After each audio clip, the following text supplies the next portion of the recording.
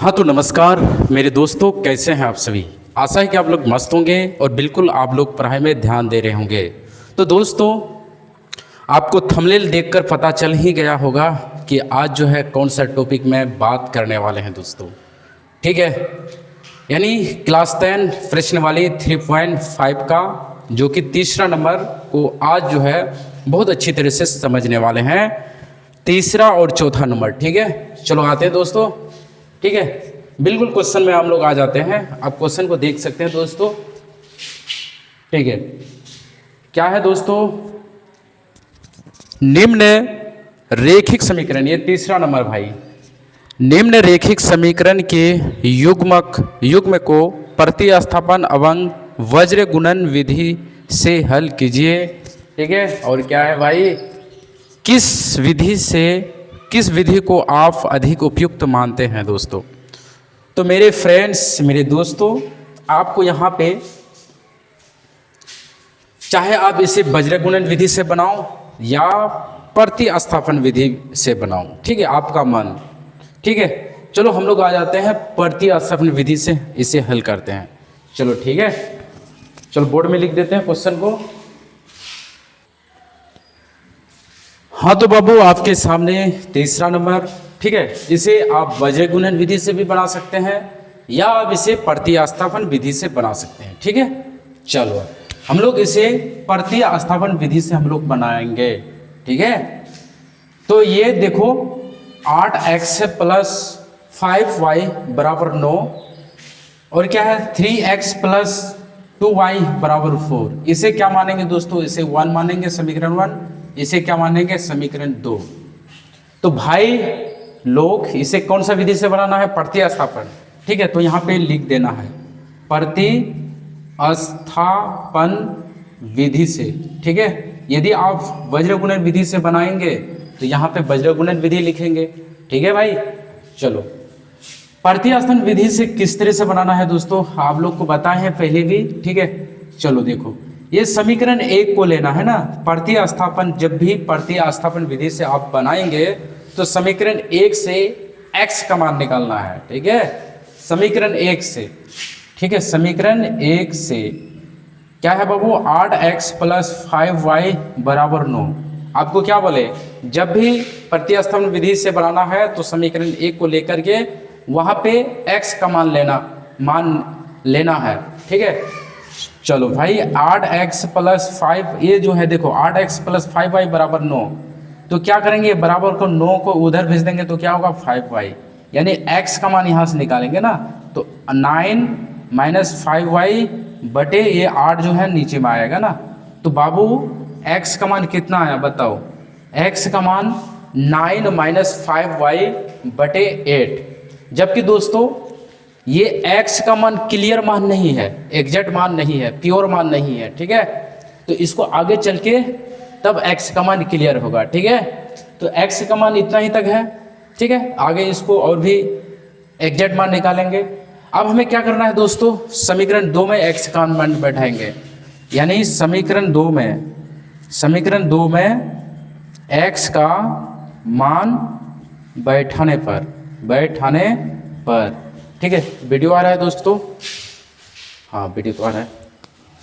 तो बाबू हमें प्रतिस्थापन, जब भी प्रतिस्थापन विधि से बनाना है तो समीकरण 1 को लेकर वहां से x का मान आपको निकालना है। ठीक है बाबू, अब यहाँ पे समीकरण 1 को लेके, जैसे कि समीकरण 1 यहाँ है तो 8x प्लस 5y बराबर 9, यहाँ से हमें क्या करना है, x का मान लेना है। ठीक है, निकालना है। तो ये 8y बराबर ये 5y बराबर का उस पर जाएगा तो माइनस में, तो x का मान बराबर क्या होगा, x का मान ये जो है 8 जो है बटे में होगा ना। तो x का मान क्या होगा, 9 माइनस 5y बटे 8। अब हमें क्या करना है दोस्तों, x का मान, जब x का मान क्लियर नहीं है तो समीकरण 2 में x का मान बैठाएंगे। ठीक है, तो इस स्टेटमेंट को यहाँ पे लिख दिए। तो समीकरण 2 क्या है बाबू, ये है, यानी 3x प्लस 2y बराबर 4। तो x के जगह में क्या होगा बाबू, x के जगह में इसका मान बैठाना है।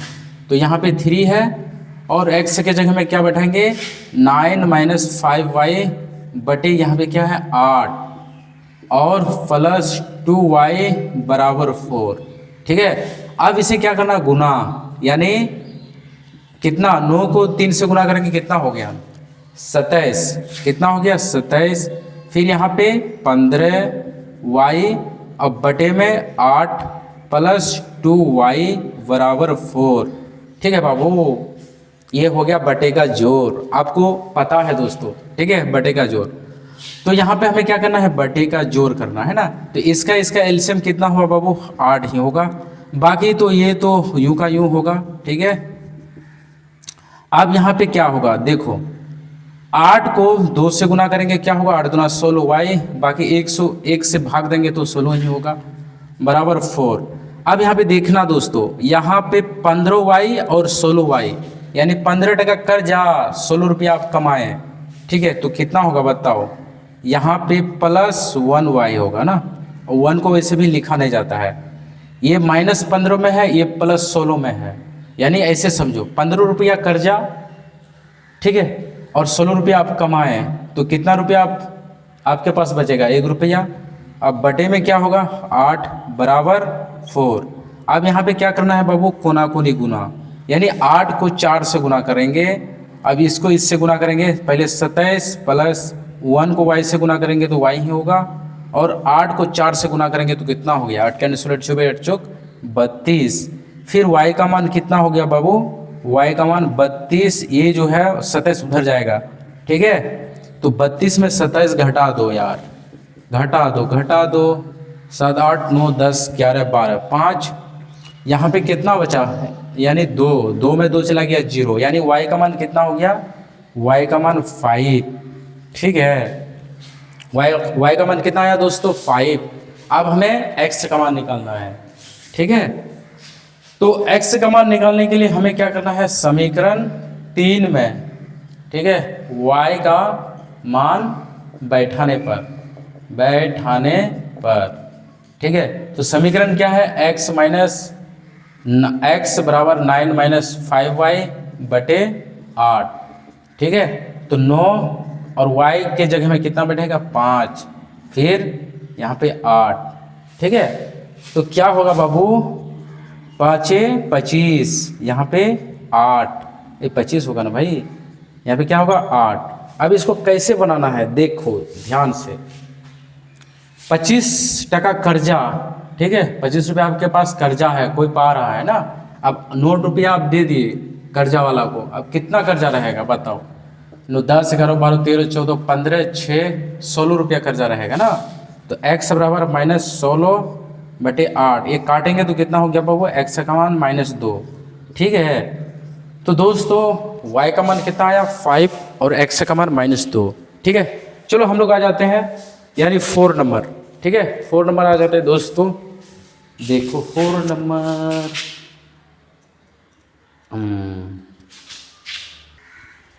हाँ तो मेरे भाई तीसरा नंबर आपके सामने सोल्व हो चुका है। अब आते हैं दोस्तों 4 नंबर। 4 नंबर में क्या है, जरा फरहो निम्न समस्याओं में रैखिक समीकरण के युग में बनाइए और उनके हल यदि उनका अस्तित्व हो किसी बीज गणित विधि से ज्ञात कीजिए। तो यहाँ पे भी बाबू आपको क्या करना है, यानी इसे हल करना है। ठीक है, बीज गणित विधि से हल करना है, यानी समीकरण 1 और समीकरण 2 मान करके इसे हल करना है। ठीक है, पहले क्वेश्चन को बोर्ड में लिख देते हैं दोस्तों। हाँ तो बच्चों आपके सामने जो है क्वेश्चन बहुत बड़ी लंबी है क्वेश्चन। ठीक है, तो दोस्तों जितना लंबा क्वेश्चन उतना आसान होता है। ठीक है, चलो आते हैं दोस्तों, पढ़ो इसको थोड़ा सा जरा, कि एक छात्रावास का मतलब होता है हॉस्टल। ठीक है, क्या हॉस्टल होता है। ठीक है, हॉस्टल।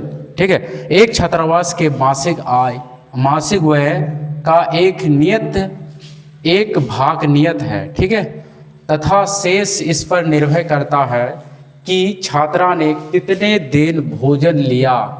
ठीक है, जबकि एक विद्यार्थी एक को 20 दिन भोजन करता है। इस हॉस्टल में दोस्तों ए नाम से कोई विद्यार्थी है ना, और ये जो है 20 दिन क्या किया, भोजन किया। ठीक है, ठीक है, कितना दिन, 20 दिन।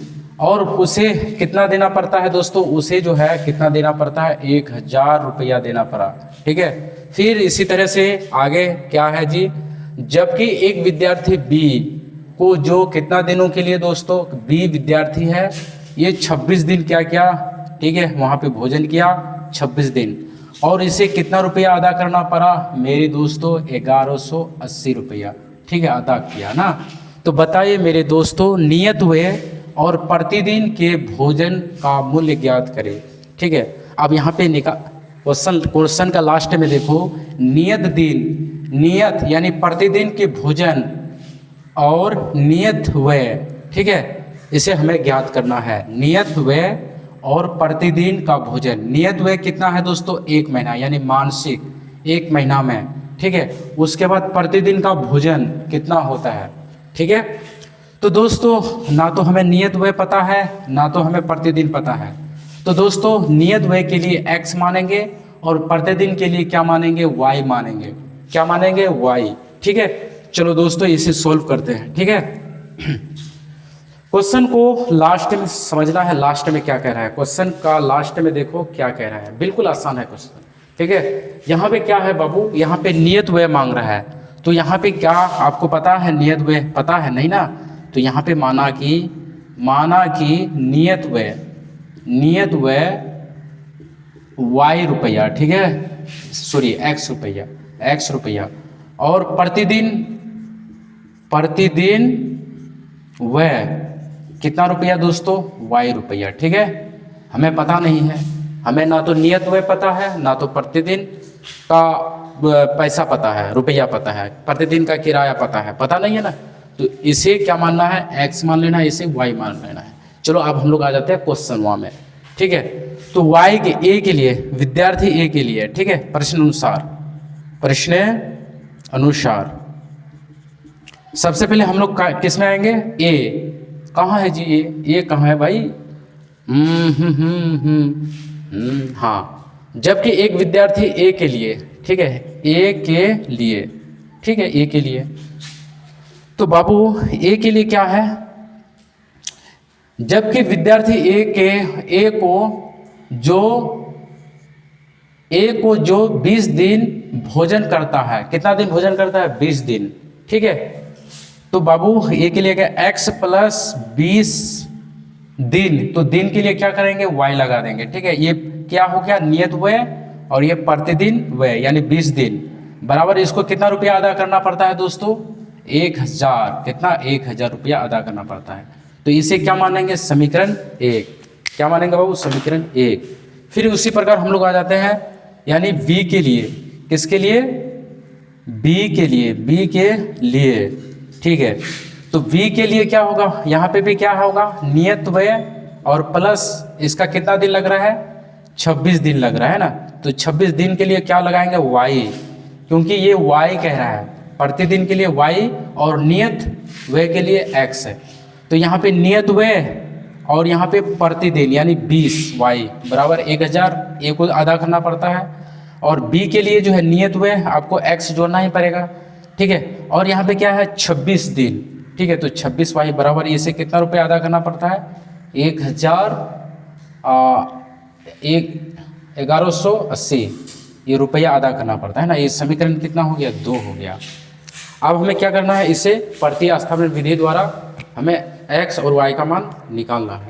ठीक है, तो समीकरण किस में आएंगे दोस्तों, समीकरण 1 में, समीकरण 1 में 1 से, तो समीकरण 1 क्या है, x प्लस 20y बराबर कितना, 1000। ठीक है, तो x बराबर क्या होगा, 1000 माइनस 20y। ठीक है, ये हो गया आपका समीकरण 2। ठीक है, ये सॉरी तीसरा। ठीक है, जो कि x का मान एग्जैक्ट नहीं आया। ठीक है, तो हमें क्या करना है, समीकरण 2 में बैठेंगे, समीकरण 2 में x का मान बैठाने पर। ठीक है, तो समीकरण 2 क्या है बाबू, ये देखो, x प्लस 26y बराबर 1180। तो x के जगह में क्या बैठाएंगे, ये पूरे बैठाना है ना, 1000 माइनस 20y ये प्लस यहाँ पे क्या हो गया 26y बराबर 1180। अब दोस्तों यहाँ पे है 1000, यहाँ पे देखो 26y, यहाँ पे 20y, यहाँ पे 26y, तो क्या होगा प्लस 6y। ठीक है, क्योंकि ये 26y है माइनस में, ये प्लस में, तो क्या बचेगा 6y बराबर 1180। अब 6y बराबर 1180 में ये भाई साहब को उधर भेज देंगे 1000 को। ठीक है, तो कितना होगा 6y बराबर 180 होगा। कितना होगा 180। चलो वीडियो आ रहा है, आ रहा है। तो इसे काटेंगे दोस्तों, कितना हो गया बताओ। y का मान कितना हो गया, छूतिया 18 यानी 30। तो y का मान कितना हो गया 30। अब हमें क्या निकालना है, हमें जो कि x का मान जो क्लियर नहीं है उसका मान निकालना है ना। तो इधर निकालते हैं दोस्तों, समीकरण 3 में y का मान बैठाने पर, तो समीकरण 3 क्या है, x बराबर 10 1000 माइनस 20, y के जगह में कितना बैठाएंगे 30। ठीक है, तो 1000 यहाँ पे क्या हो गया 3 दूना 6 यानी क्या होगा 600। अब बताओ कितना होगा जी, 6 7 8 9 10 400 होगा ना। तो x का मान कितना होगा बाबू 400, यानी x का मान क्या माने, नियत मान कितना मान लिए, x का मान यानी नियत व्यय रुपया कितना लगता है 400। और प्रतिदिन के लिए कितना लगता है बाबू, प्रतिदिन के लिए कितना लगता है यानी 30। ठीक है, तो दोस्तों ये विद्यार्थी जो है वो 26 दिन जो है 20 दिन जो है भोजन किया। ठीक है, और प्रति यानी 1 महीना के लिए कितना उसको किराया लगता है 400। ठीक है, और प्रतिदिन कितना किराया होता है उसका, कितना 30। तो कितना दिन रहा है दोस्तों, ये नियत किराया x है, यानी कितना है बाबू, x का मान कितना आया 400। अब जबकि 20 दिन रहा तो y का मान कितना है 30, इसे गुना करेंगे 600 आ रहा है ना, तो इसे जोड़ेंगे तो कितना आ रहा है 1000 आ रहा है ना। ठीक है, तो ये हो गया। तो दोस्तों बिल्कुल ये सिंपल मैथ है। ठीक है, एक बार फिर से समझने का कोशिश करें। एक छात्रावास यानी हॉस्टल है, उस हॉस्टल में विद्यार्थी ए जो है एक नियत व्यय यानी मासिक 1 महीना के लिए किराया, ठीक है, एक फिक्स है, 1 महीना के किराए के लिए फिक्स है। और जो वो बच्चा जो है वो ए जो है 1 महीना नहीं रहा, 1 महीना से और रहा। ठीक है, और अधिक रहा, कितना महीना रहा यानी 20 दिन एक्स्ट्रा रहा, 1 महीना से 20 दिन एक्स्ट्रा रहा। तो यहाँ पे माना कि नियत व्यय यानी 1 महीना का फिक्स है x रुपया। ठीक है, और जो एक्स्ट्रा अगर आप रहिएगा 1 दिन 2 दिन, उसके लिए आपको अलग से लगेगा। तो आपको पता है 1 महीना का भी पता नहीं है और प्रतिदिन का भी किराया पता नहीं है। तो हमें क्या करना है, नियत व्यय यानी x रुपया। तो नियत व्यय b के लिए भी होता है दोस्तों और a के लिए भी होता है, क्योंकि b भाई साहब जो है ये 26 दिन रहा, 1 महीना फिर 26 दिन एक्स्ट्रा रहा। तो 1 महीना जो है x जो है ना, ये नियत व्यय जो है फिक्स है x रुपया, यानी x का मान कितना आया बाबू 400। ठीक है, और प्रतिदिन के लिए 30 रुपया। तो यहाँ पे क्या करना है, माना कि नियत व्यय, यहाँ पे लास्ट में क्वेश्चन में देखना नियत व्यय यानी ये महीना का ये हो गया, महीना का भाड़ा फिक्स है, महीना का भाड़ा कि आपको इतना लगेगा। ठीक है, तो कितना लगेगा पता नहीं है, तो क्या मानना है, माना कि नियत व्यय x रुपया और प्रतिदिन के लिए क्या मानना है y रुपया। ना तो हमको प्रतिदिन का किराया पता है, लेकिन ये विद्यार्थी जो है 1 महीना रहा और 20 दिन रहा, तो उसको कितना रुपया टोटल देना पड़ा 1000। ठीक है, तो उसका महीना और प्रतिदिन का किराया कितना होगा। ठीक है, तो इसके लिए क्या करना है, समीकरण 1 और समीकरण 2 मान करके x y का मान निकालना है। ठीक है, तो यहाँ पे क्या किया हुआ, a के लिए जो है नियत यानी 1 महीना रहा और एक्स्ट्रा कितना दिन रहा 20 दिन, तो 20y बराबर कितना रुपया अदा करना पड़ा 1000। ठीक है, तो ये a के लिए बना और b के लिए क्या बना दोस्तों, x जो है नियत व्यय जो है ये फिक्स है 1 महीना का, और ये कितना दिन रहा एक्स्ट्रा 26 दिन, तो 26y बराबर इसको कितना अदा करना पड़ा 1180 रुपया। ठीक है, तो हमें यहाँ में समीकरण 1 और समीकरण प्रतिस्थापन विधि से इसे क्या करना, हल करना है। तो समीकरण ए लेना है बाबू x प्लस 20y बराबर 1000, x का मान निकालेंगे, ये उधर जाएगा माइनस में, ठीक है। तो x का मान क्या है 1000 माइनस 20y, ये क्या हुआ समीकरण 3, ठीक है। जबकि x का मान ये जो है एग्जैक्ट मान नहीं आया। अब एग्जैक्ट मान निकालने के लिए हमें क्या करना पड़ेगा, समीकरण 2 में, समीकरण 2 में x का मान बैठाने पर, तो x का मान समीकरण 2 में बैठाएंगे तो y का मान निकल गया, y का मान कितना आया 30, ठीक है। अब y का मान 30 आ गया तो ये तो प्रतिदिन के लिए किराया हो गया बाबू। हमें x का मान निकालना है तो हमें समीकरण 3 में जाना है। तो समीकरण 3 में y का मान बैठाने पर तो क्या हो गया बाबू, x का मान 400, ठीक है। तो ये मैथ आप लोग को समझ में आया कि नहीं आया, ज़रा कमेंट में बताइए, ठीक है। चलो हम लोग अगला वीडियो फिर से, अगला क्वेश्चन नेक्स्ट वीडियो में हम लोग मिलते हैं। थैंक यू, जय हिंद, जय भारत।